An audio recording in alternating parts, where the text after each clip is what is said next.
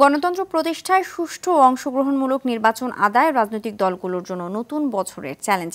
2025-এ দেশ নতুন সরকার পাবে বলে আশা করে বিপ্লবী ওয়ার্কার্স পার্টি। যে কোনো মূল্যে চলতি বছর নির্বাচন আদায়ের লক্ষ্য বাংলাদেশ এলডিপির। আর 25-কে নির্বাচনের বছর হিসাবে দেখছে বিএনপি।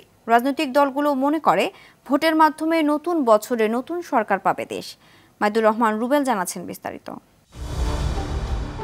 রাজনীতিতে নতুন মেরুকরণের বছর হতে পারে 2025। স্বৈরাচার পতনের পর শঙ্কা ও সংকটে আওয়ামী লীগ থাকলেও সম্ভাব্য সুদিন এখন বিএনপির। আওয়ামী লীগের 15.5 বছর শাসনের অবসানে রাজনৈতিকভাবে সবচেয়ে সুবিধাজনক অবস্থানে আছে দীর্ঘদিন ক্ষমতার বাইরে থাকা দলটি।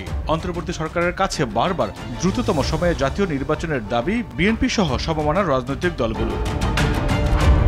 তবে জাতীয় নাগরিক কমিটির নতুন দল গঠনের প্রক্রিয়া বিএনপি ও সমমনা দলগুলোর সে পথে অন্তরায়। জাতীয়তাবাদী শক্তি দ্রুত নির্বাচন চাইলেও রহস্যজনক কারণে নির্বাচন বিলম্বের কথা বলছেন কেউ কেউ। আমরা একইভাবে ঐক্যবদ্ধভাবে কাজ করে যাব। বিপ্লবী ওয়ার্কার্স পার্টির সাধারণ সম্পাদক সাইফুল হক মনে করেন, তারুণ্যের উন্মাদনা ভালো, তবে সেই সম্ভাবনা যেন প্রদীপের মতো নিভে না যায়। তাদের দল করবার জন্য তারা দল করবেন, দেশব্যাপী প্রচার করবেন, সেজন্য নির্বাচন অনিশ্চিতকালের জন্য ঝুলে যাবে।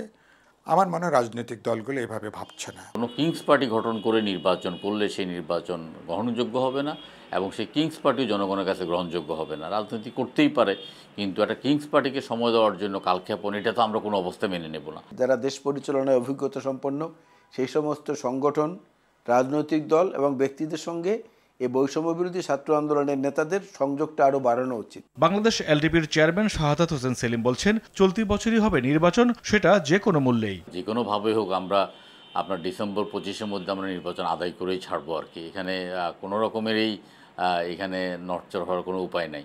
আর দু একটি রাজনৈতিক দল কি বলছে সেটাতে কিছু আসা যায় না।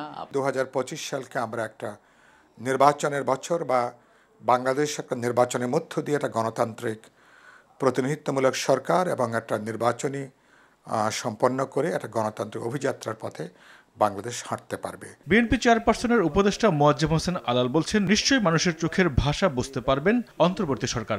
নির্বাচন আদায় করার প্রয়োজন হবে না বলেও মনে করেন তিনি। একটা ভোটাধিকার প্রয়োগ করা যেটা 17 বছরে হয়নি, সেই জায়গাটা যত তাড়াতাড়ি জাতির সামনে আসবে অত তাড়াতাড়ি জাতি একটা স্বস্তির নিঃশ্বাস ফেলবে। নির্বাচনের জন্য জাতি যে উন্মুখ হয়ে আছে এটা বর্তমান সরকার অনুভব করছে এবং সেই অনুভব থেকেই তারা এটাকে যত দ্রুত সম্ভব বাস্তবায়ন করবে। গণ অভ্যুত্থানের ইতিহাস বলে বাংলাদেশের রাজনীতির যত বাকবদল ঘটেছে তার সবগুলোতে লাভবান হয়েছে বিএনপি। তবে ক্ষমতায় যাওয়ার স্বপ্নে বিভোর বিএনপির দীর্ঘদিনের মিত্র জামায়াত। সবাই মিলে দেশ গড়তে চায়। মাইদুর রহমান রুবেল, আরটিভি, ঢাকা।